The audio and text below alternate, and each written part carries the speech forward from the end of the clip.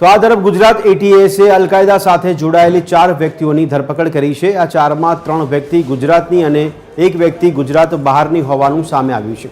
અલકાયદાના આતંકવાદી model AQIS સાથે આ 4 લોકો કનેક્ટેડ હતા।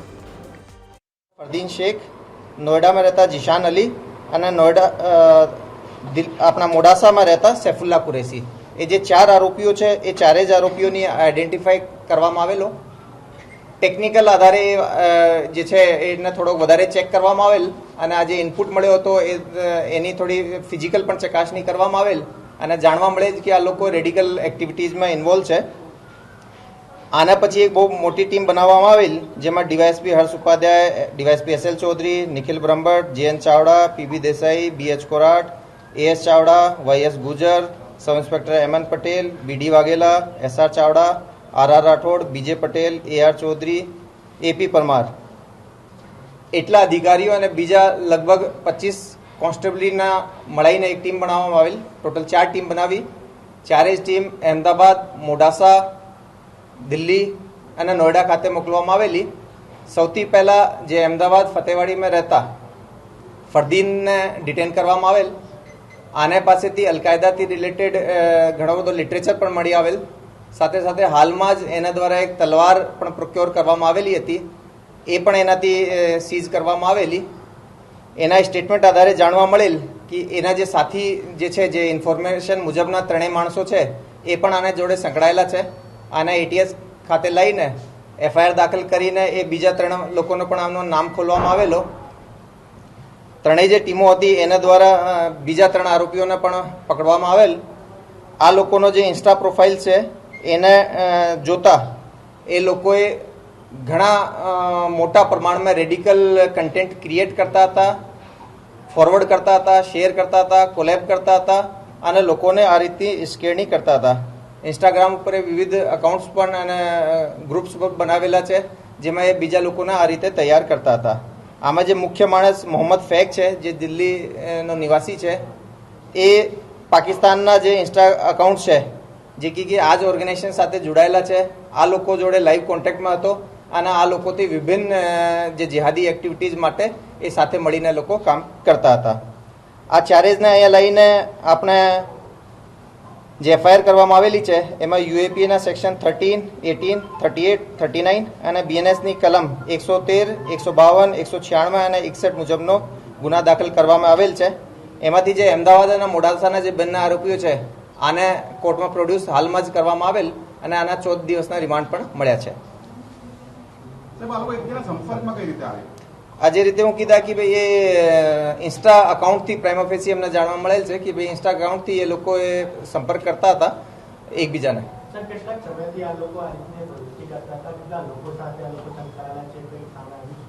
અમે જ્યારે અમને બાતમી મળી હતી એને પછી અમે જે ટેકનિકલ બીજી માહિતી કલેક્ટ કરી તો એમાં 4 લોકોનો ક્લોઝ ગ્રુપ હતો। એ સિવાય પણ આ લોકોના ગ્રુપ્સ થઈ શકે પણ આ લોકો 4 જે હતા સૌથી મોસ્ટ એક્ટિવ લોકો આ ગ્રુપમાં હતા। આ લોકોના 5 આઈડી મળે, 5 આઈડીની અંદર ટોટલ અન્ય કેટલા લોકો તેમની સાથે જોડાયેલા હતા?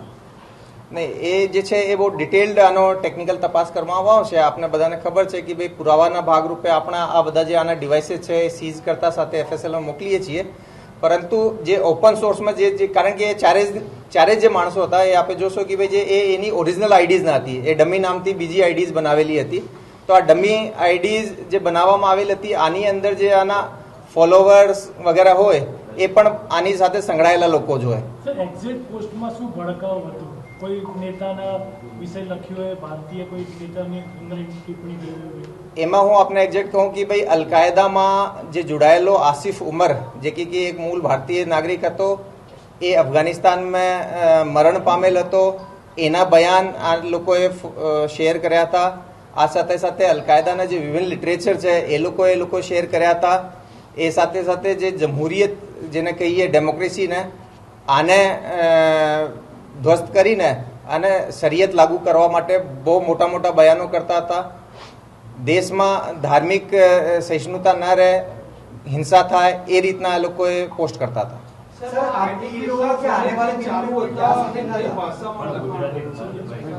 એક ક્વેશ્ચન પ્લીઝ। સર, આ લોકોનો પારિવારિક બેકગ્રાઉન્ડ શું હતું, શું કરતા હતા, અભ્યાસ હતો, એ મોટાભાગે અમે જે આની એજ પ્રોફાઇલ છે બધાની 20 થી 25 વર્ષની ઉંમરની છે. એ લોકોએ કોઈએ સિલાઈ કામ, કોઈએ રેસ્ટોરન્ટમાં કામ, કોઈ મોબાઈલ શોપમાં કામ, એ રીતના મિસલેનિયસ સેમી સ્કિલ્ડ અનસ્કિલ્ડ રીતના કામ કરતા હતા. સર કોઈ બીજો એજન્ડા હતો ઇન્સ્ટાગ્રામ પેજ ચલાવવા સિવાય? નહીં, એ લોકોના એજન્ડા બાબતમાં અમે જે દિલ્હી નોઈડાથી છે એ લોકોને આજે સવારે જ લઈને આવ્યા છીએ. એ જે બીજા આરોપીઓ છે એના પણ ધરપકડ કર્યા પછી હવે અટક કરીને રિમાન્ડ લીધા છે. એના જે પણ એજન્ડા, એની જે પૂછપરછ, એ રીતે અમે જાણકારી વધારે લઈશું. જે રીતે હું આપને કીધા કે જે અમદાવાદનો ફરદીન હતો એના પાસેથી અમે તલવાર મળી આવેલ છે, એ જ રીતે નોઈડાનો જે જીશાન છે એના ઇન્સ્ટા અકાઉન્ટમાં અમને વેપન્સના ફોટા અને વિડીયો મળી આવ્યા છે. તો એ બાબતે એ ક્યાં છે એની હાલે રિકવરી જીશાન પાસેથી નથી થઈ, પરંતુ એ બાબતે અમે આના શું પ્રયોજન હતો, શું માટે એ ચીજો રાખેલી હતી, એ રીતનો સામગ્રી, એ બાબતમાં અમે તપાસ કરી. સમયથી આઈડી લોકો ચલાવી રહ્યા હતા, કઈ ભાષાનું અંદર લખાણ હતું? એ મોટા ભાગે જે લખાણ છે આઈધર ઇંગ્લિશમાં, ઉર્દુમાં થાય છે અને એની જે એના જે રિસાઇટ કરે છે, જે વર્ડ્સ વાપરે છે, મોટા ભાગે ઉર્દુ હતી. એ હાલ સુધી અમને પૈસા બાબતમાં તપાસ થઈ નથી. પ્રાઇમા ફેસી અમે ટેકનિકલ જેટલી ચીજો છે એફઆઈઆર કરવા માટે એટલી બધી લીધી છે, પણ ભવિષ્યમાં જે પણ આમાં ઇન્વેસ્ટિગેશનમાં આવશે અમે આપણને જાણ કરીશું. ગુજરાત કે ભારત લઈને કઈ નવું પ્લાન કરતા હતા? નહીં, એક્ઝેક્ટ કોઈ પર્ટિક્યુલર એક બાબતમાં પ્લાન અમને દેખાઈ આવેલ નથી, પરંતુ હું જે રીતે કીધા કે શરિયતને લાગુ કરવા માટે, જિહાદ કરવા માટે ઘણો બધો લિટરેચર્સ આપતા હતા. હવે દરેક લિટરેચરની અંદર, દરેક વિડીયોની અંદર શું શું ફેક્ટ્સ છે, એમાં એક્ઝેક્ટલી કંઈ પ્લાન છે, એ બાબતમાં અમે ડિટેલ એનાલિસિસ કરીને ઇન્વેસ્ટિગેશનમાં લાવીશું. પરંતુ એટ લાર્જ એ લોકોએ ભારત વિરોધી, ડેમોક્રેસી વિરોધી, ધાર્મિક ઇસ્યુઝ થાય, હિંસા થાય, એ રીતના કામગીરીમાં ઓપરેશન સિંદૂર સાથે એનો કઈ સંબંધ ખરો?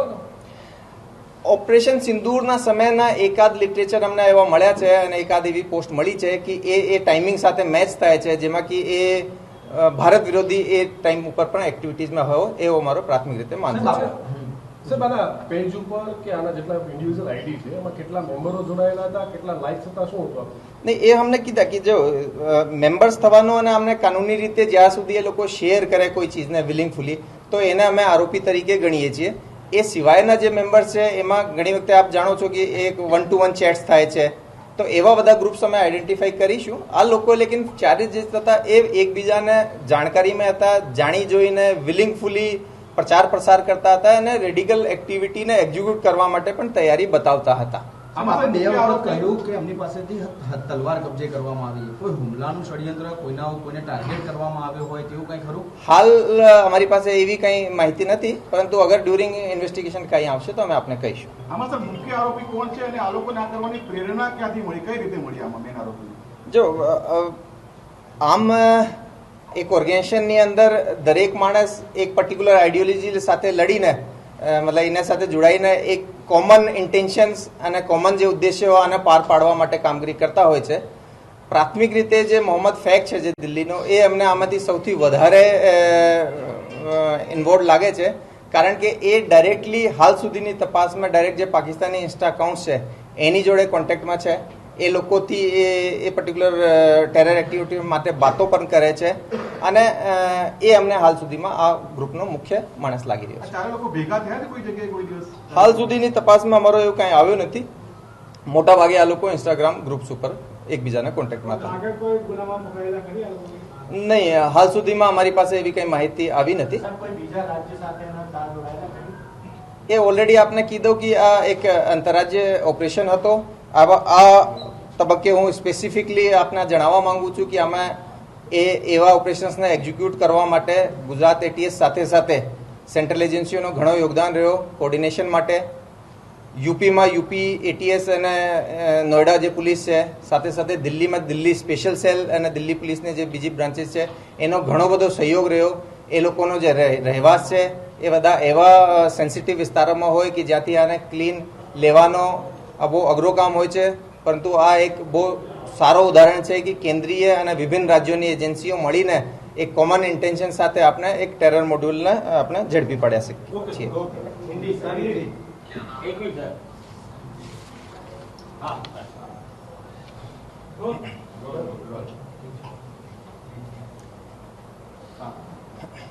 सर, गुजरात एटीएस ने 4 आरोपियों को गिरफ्तार किया है, किस तरह से पकड़े गए? गुजरात एटीएस के डीवाईएसपी हर्ष उपाध्याय को पिछले 10 जून को एक इन्फॉर्मेशन मिली थी कि 5 इंस्टाग्राम अकाउंट्स हैं जो शरीयत या शहादत, फरदीन 3, मुजाहिद 1, मुजाहिदीन 3, सैफुल्ला मुजाहिद 313, ये जो 5 अकाउंट हैं ये अलकायदा जो एक प्रोस्क्राइब टेररिस्ट ऑर्गेनाइजेशन है इसकी विचारधारा का प्रचार प्रसार देश में कर रहे हैं। बहुत लोगों को धार्मिक आधार पे डेमोक्रेसी के विरुद्ध भारत તો ગુજરાત એટીએસે અલકાયદા સાથે જોડાયેલી 4 વ્યક્તિઓની ધરપકડ કરી છે। આ 4માં 3 વ્યક્તિઓ ગુજરાતની અને એક વ્યક્તિ ગુજરાત બહારની હોવાનું સામે આવ્યું છે। અલકાયદાના આતંકવાદી મોડેલ AQIS સાથે આ 4 લોકો કનેક્ટેડ હતા। તેઓ સોશિયલ મીડિયા પ્લેટફોર્મ અને કેટલીક સસ્પેક્ટ એપ્લિકેશન દ્વારા અલકાયદાની વિચારધારા સાથે જોડાઈને અને તેને ફેલાવવા સુધીની કામગીરીમાં સક્રિય હોવાનું જાણવા મળ્યું છે। આ 4 વ્યક્તિને હાલ ગુજરાતની એટીએસે ધરપકડ કરીને તેમની સઘન પૂછપરછ હાથ ધરી છે। આ 4 છેલ્લા ઘણા સમયથી અલકાયદાના મોડેલથી કનેક્ટેડ હતા। તેઓ આતંકવાદી વિચારધારાની સાથે કટ્ટર માનસિકતા ધરાવતા હતા। એટીએસની સર્વેલન્સ ટીમે સ્કેન કરતા તેમાં 4 વ્યક્તિ સતત સક્રિય હતી અને ગુજરાતની હિલચાલ વિશે પણ ગુજરાતમાંથી પકડાયા છે ત્યારે ચર્ચા કરતા હતા, જ્યારે અન્ય એક બીજા રાજ્યોમાંથી ઝડપાયો હોવાનું એટીએસના અધિકારીઓ દ્વારા મીડિયાને માહિતી આપવામાં આવી હતી।